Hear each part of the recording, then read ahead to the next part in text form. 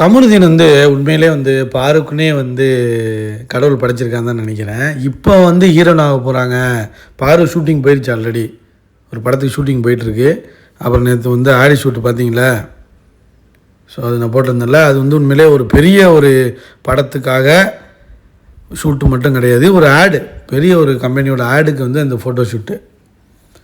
ஆனால் நீங்கள் கமரு பார்த்தீங்கன்னா, ஸோ கமரு ஏன் நான் சொல்கிறேன்னா, இதெல்லாம் இப்போ அவங்க சேர்ந்துட்டாங்க வந்து கரெக்டாக இருக்காங்கங்கிறதெல்லாம் ஓகே. ஆனால் கமரு தாங்க இதில் ஒரு பக்கம் வந்து அவளாம் உனக்கு ஒரு ஆளே கிடையாது, அவளாம் ஒரு காட்சி அது இதுன்னு சொல்கிறாங்க, அவளாம் வேண்டாம் உனக்கு அப்படின்னோடனே அப்பையும் ஸ்டாண்டு பாரு தான் எனக்கு வேணும்னு நின்னா. அது மட்டும் இல்லாமல் அவள் தான் உன்னை அழிச்சா, வாழ்க்கையை அழிச்சிட்டா, அவள் ட்ரிகர் பண்ணதுனால தான் நீ நடந்துக்கிட்ட, நீ ரொம்ப உத்தமர் குஞ்சு அப்படிங்கிற மாதிரி சொல்லும்போதும் பாரு தான் வேணும் அப்படின்னா. ஆக்சுவலாக வந்து ரேஷன் கார்டு எடுக்கணும்லாம் சொல்லிகிட்டு இருந்தான் உள்ளேயே.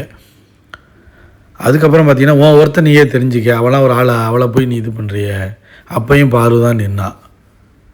அதுக்கப்புறம் வெளியில் போய் அவள் கூட சேராத, அவளாம் நீ விட்டுரு, இது பண்ணிடு, இல்லை வாழ்க்கையை அழிஞ்சிடும் அது இதுன்னு யார் பீடிவாய் வன்மத்தை கக்குனது பாரு மேலே, அப்புறம் வினோத்து கக்குனது, எல்லாருமே கக்கிட்டாங்க ஆல்மோஸ்ட்டு. பலூனு அப்பையுமே பாரு தான் வேணும். என்னென்னா அவங்க பேருக்குள்ளே நடந்த சண்டை நீங்கள் பார்த்தீங்கன்னா, ஃபஸ்ட்டு வந்து ரெண்டு பேருக்குமே ஒரு வாரம் 2 வாரம் ஒத்துக்கே இருந்திருக்காது.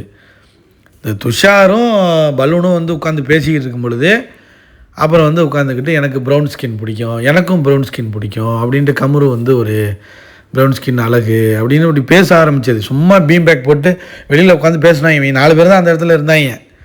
அப்படி ஆரம்பித்து போய் அதுக்கப்புறம் சண்டை நடந்து அதுக்கப்புறம் ஜெயிலுக்குள்ளே போனாங்க. அதுக்கப்புறம் பார்த்தா பேச்ச போயிட்டாங்க. ஸோ இப்படி தான் இவங்க சேர்ந்தது.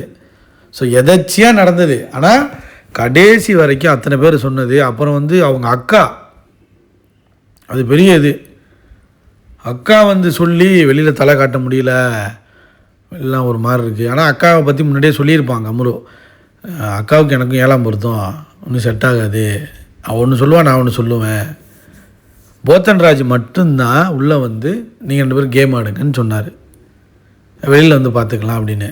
அவங்க அக்கா கொண்டு வேண்டாம் அப்படிங்கிற மாதிரி சொன்னிச்சு. அப்பையும் வந்து பாரு தான் வேணும்ன்றான்.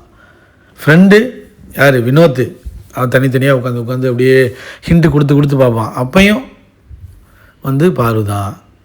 விஜய் சேதுபதியே சூசகமாக வந்து என்ன சொல்லியிருப்பாருன்னா, உங்கள் சேர்க்கை சரியில்லை, ரெட் கார்டு கொடுத்து வெளியில் வந்து அந்த கடைசி ஃபைனல்ஸில் கூட நீங்கள் என்ன பண்ணுறீங்க, என்ன சேர்க்கை, உங்கள் சேர்க்கையை பொறுத்து தான் அப்படின்னு வந்து வேணும்னே பண்ணுவான் அந்த ஆள். ஒரு தடவை வந்து கமரு சொல்லியிருப்பான் தெரியுமா, நீங்கள் யாரை சேவ் பண்ணுறீங்கன்னு கேட்கும்போது ஃபுல்லாக கழுவி ஊற்றிட்டு பாருவேன், நீ யாரை சேவ் பண்ணுவீங்கன்னு கேட்கும்போது யாரை சேவ் பண்ணுறீங்கன்னா பாருவை சேவ் பண்ணுறணுன்னு உங்களை யாரும் காப்பாற்ற முடியாது கமரு. அவன் முடிவை வந்து அவங்க லைஃப்பை அவன் தான் எழுதணும். சரி நீ இந்த மாதிரி எழுதிக்கிற அப்படிங்கிற மாதிரி அப்பயுமே வந்து பாரு தான் எனக்கு வேணும். ஸோ எப்போதுமே பாருன்னு இருந்ததுனால தான் அவங்க லவ் வந்து இவ்வளோ தூரம் சக்ஸஸ் ஆகிருக்கு. லவ் வின்ஸ்னால் சும்மா கிடையாது. பாருக்குமே என்னென்னா, பாரு வந்து அப்படி ஒரு ரக்கட்டாக வேறு லெவலில் கேம் ஆடிக்கிட்டு இருந்து கேம் ஸ்பாயில் ஆன பிறகுமே ஸோ கமரு விட முடியல. அவன் போய் அன்றைக்கி நைட்டு மன்னிப்பு கேட்டதுக்கு காலில் விழுந்து அதெல்லாம் பண்ணால, உண்மையிலே லவ் இல்லைன்னு வச்சிங்க, ஒரு கேமாக மட்டும் பார்த்துருந்துச்சுன்னா பாரு அன்னைக்கு அடித்த அடியில் அடித்து தூக்கி வீசிட்டு டைட்டில் வின்னர் ஆகிருக்கும். வினோத்தெல்லாம் போட்டு பொழந்து வீடிவாயை பொழந்து சபரி விக்ரமெல்லாம் பொழந்து தும்சம் பண்ணி துஷாருங்கிறேன் இவன் அரோரா எல்லாரையும் பொழந்துட்டு வின் பண்ணியிருக்கோம். ஃபைனல்ஸ் 2 வாரம்லாம் இது போகிறதுக்கு முன்னாடி போகாமல் மட்டும் இருந்துருச்சுன்னு வச்சுங்க, அப்போ தான் ஒரு ருத்ர தாண்டவமே ஆடி இருக்கும். ஆனால் காதலில் விழுந்துருச்சு, அதான் உண்மை.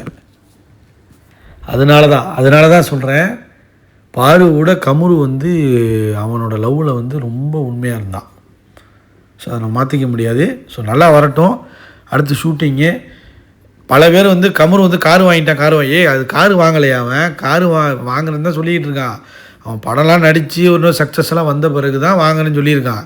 இப்போ காருக்கு வந்து அட்வர்டைஸ்மெண்ட்டு ப்ரொமோஷனுக்காக போயிருக்கான் திருச்சிக்கு, புரியுதா உங்களுக்கு? அதை காரு வாங்கிட்டான்னு ஒரு குரூப்பு கிளம்பிட்டாங்க. கார்லாம் ஒன்று வாங்கலைங்க, படம் தான் நடிக்க போகிறாங்க. பாரு ஆல்ரெடி ஸ்டார்ட் பண்ணிடுச்சு, ஆடி ஷூட்டு ஃபுல் அண்ட் ஃபுல் பிஸியாகவே இருந்துகிட்ருக்கு. கார்லாம் வாங்கலை, வாங்க போகிறான். அப்புறம் பார்த்தீங்களா விஜிஎஸ் வந்து தன்னோட நண்பருக்கு வந்து ரொம்ப ரொம்ப ஜிங்சாக் இல்லை, பரவாயில்ல, நண்பனுக்கு ஹெல்ப் பண்ணிக்க வேண்டியதானே. வெளியில் வந்து நல்லா இருக்கட்டுங்க, என்ன தான் வந்து நம்ம கிரிட்டிசிசம் வச்சாலுமே எல்லாரையும் பேசணும், எல்லாருக்கும் ஒரு லைஃப் இருக்குல்ல, என்ன கேட்டால் இருந்தாலுமே ஒரு லைஃப் இருக்குது, அவங்கவுங்க வரட்டுமே வாழ்க்கையில். ஆனால் இந்த வன்மத்தை கக்குனாங்கல்ல, அதுக்கு கர்மா சும்மா விடாது, அது அவங்க வந்து அனுபவிச்சுக்கிட்டோம். மற்றபடி அவங்கவுங்களுக்கு ஒரு லைஃப் இருக்கும்ல. இப்போ சாண்ட்ராவும் பிரஜைனும் வந்து ஹீரோயினாக நடிக்க போகிறாங்களாம், ஒரு படத்தில் கமிட்டாக இருக்காங்க. அது ஹீரோயினா என்னன்னு தெரியல. ஆனால் ப்ரொடக்ஷன் யாருன்னு பார்த்தீங்கன்னா விஜய் சேதுபதியோட ப்ரொடக்ஷனில் பிரஜைனும் சாண்ட்ராவும் எப்படி ஏதோ நண்பனுக்கு ஒரு நல்ல விஷயம் பண்ணியிருக்காரு. ஏன்னா இவங்க 2 பேரும் சண்டை போட்டுக்கிட்டாங்க, ஞாபகம் இருக்கா?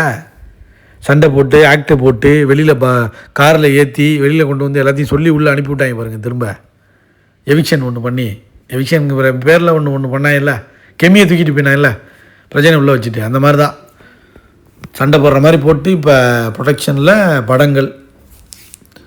ஆக்சுவலாக முன்னாடி ஒரு படம் இந்த புகழோடு சேர்ந்து நடித்த படத்துக்கு வந்து அந்த ஓப்பனிங் ஷூட்டிங் வந்து வந்திருந்தது, ஜேசிபி வந்திருந்தாப்புல மாமாபதி.